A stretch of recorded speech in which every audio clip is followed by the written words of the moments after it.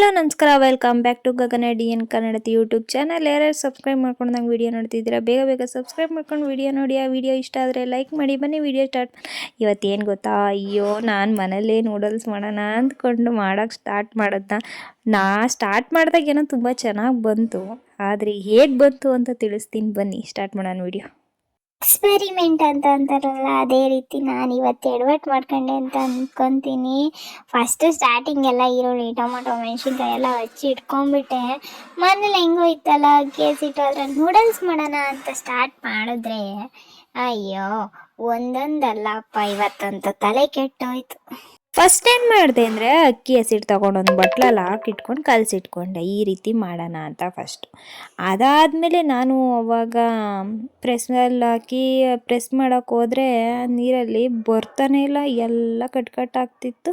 ತಿರ್ಗಾ ಮತ್ತೆ ಇನ್ನೊಂದು ಸತಿ ಹಸಿಟ್ಟು ಹಾಕಿ ಬೇಯಿಸ್ಕೊಂಡು ಇಟ್ಕೊಂಡು ಇವಾಗ ಮಾಡಿದ್ದೀನಲ್ಲ ರೋಲು, ಆ ರೀತಿ ರೋಲ್ ಮಾಡ್ಕೊಂಡು ಇಟ್ಕೊಂಡೆ. ಇದು ಪರವಾಗಿಲ್ಲ, ಒಂದು 50% ಬರುತ್ತೆ ಅಂತ ಮೈಂಡಲ್ಲಿ ಫಿಕ್ಸ್ ಆದೆ.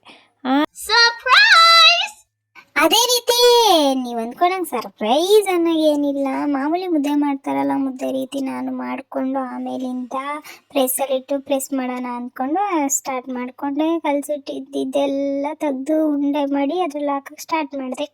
ನೀರಲ್ಲಿ ಹಾಕಿದ ತಕ್ಷಣ ನೂಡಲ್ಸ್ ರೆಡಿ ಆಗಿಬಿಡುತ್ತೆ ಅಂದ್ಕೊಂಡ್ರೆ ಅಯ್ಯೋ ನೀರಲ್ಲೆಲ್ಲ ಕಟ್ಟಾಗ್ಬಿಡೋದ, ಬೇಜಾರಾಗೋಯ್ತು. ಅಯ್ಯೋ ಏನಪ್ಪ ಆಯಿತು, ಯಾವಾಗಪ್ಪ ಟಿಫನ್ ಮಾಡೋದು ಅನ್ನೋದೊಂದು ತಲೆಗೆ ಬಂತು. ನೋಡಿ ಈ ರೀತಿ ರೆಡಿ ಮಾಡ್ಕೊಂಡೆ.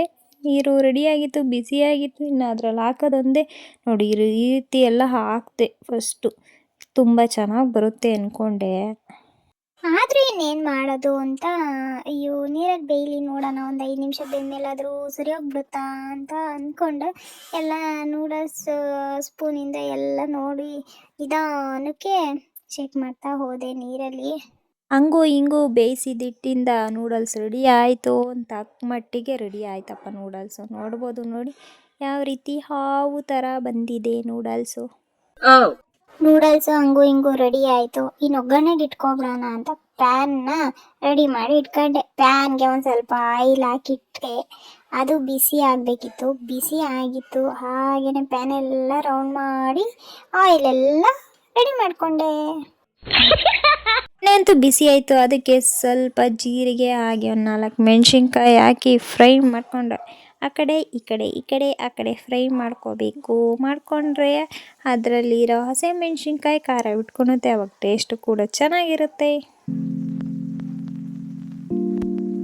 ಅದಕ್ಕೆ 2 ಈರುಳ್ಳಿನ ಉದ್ದುದ್ದು ಕಚ್ಕೊಂಡು ಹಾಗೆಯೇ ಮೆಣಸಿನ್ಕಾಯಿ ಜೀರಿಗೆ ಜೊತೆ ಹಾಕಿ ಆ ಕಡೆ ಈ ಕಡೆ ಫ್ರೈ ಮಾಡ್ಕೊಂಡೆ.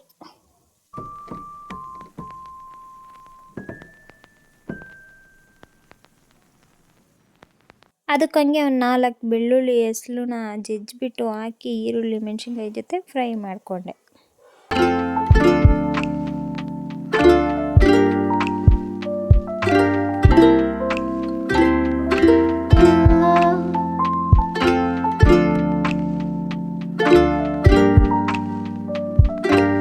ಅದಕ್ಕೆ ಹಂಗೆ ಒಂದು ಟೊಮೊಟೊ ಸಣ್ಣ ಹಚ್ಕೊಂಡು ಇಟ್ಕೊಂಡಿದ್ದೆ ಒಗ್ಗರಣೆಗೆ ಅಂತಾನೆ, ಅದಕ್ಕೆ ಹಾಕಿ ಫ್ರೈ ಮಾಡ್ಕೊಂಡೆ. ಅದು ಸ್ಕಿಪ್ ಆಗಿಬಿಟ್ಟಿದೆ. ಏನು ಅಂತಂದರೆ ಸೋಯಾ ಸಾಸು ಮತ್ತು ವೆನಿಗರು ಒಂದೊಂದು ಸ್ಪೂನ್ ಹಾಕಿದ್ದೆ, ಅದಕ್ಕೇ ಸ್ಕಿಪ್ ಆಗಿದೆ. ಸಾರಿ, ಅಡ್ಜಸ್ಟ್ ಮಾಡ್ಕೊಳ್ಳಿ.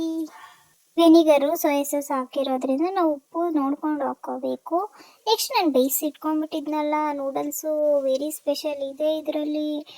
ಅದನ್ನು ಹಾಕಿ ಅದ್ರ ಜೊತೆ ಎಲ್ಲ ಕೆಳಗಡೆ ಮೇಲೆ ಆ ಕಡೆ ಈ ಕಡೆ ಎಲ್ಲ ಮಿಕ್ಸ್ ಮಾಡಬೇಕು. ಅದಕ್ಕೆ ಹಂಗೆ ಒಂದು ಸ್ವಲ್ಪ ಖಾರದ ಪುಡಿ ಹಾಕ್ಕೊಂಡೆ. ಖಾರ ಯಾಕೋ ಕಮ್ಮಿ ಅನ್ನಿಸ್ತು ಅಂತ ಹಾಗೆ ಇನ್ನೊಂದು ಸ್ವಲ್ಪ 1 ಟೇಬಲ್ ಸ್ಪೂನು ಸೋಯಾ ಸಾಸ್ ಹಾಕಿದೆ. ಸ್ವಲ್ಪ ಯಾಕೋ ಕಮ್ಮಿ ಅನಿಸಿದ್ಕೆ ನೆಕ್ಸ್ಟು ಇನ್ನೇನು ರೆಡಿ ಆಯ್ತಪ್ಪ. ಕೊತ್ತಂಬರಿ ಸೊಪ್ಪು ಉದುರಿಸ್ಬಿಟ್ರೆ ಹಾಗೇ ಹೋಯಿತು ನೂಡಲ್ಸು. ಮನೇಲಿ ಮಾಡಿರೋ ನೂಡಲ್ಸ್ ಹೇಗಿತ್ತು? ಈ ವಿಡಿಯೋ ನಿಮ್ಗೆ ಇಷ್ಟ ಆಗಿದೆ ಲೈಕ್ ಮಾಡಿ, ಶೇರ್ ಮಾಡಿ, ಹಾಗೆ ಕಮೆಂಟ್ ಮಾಡಿ. Thank you, bye bye.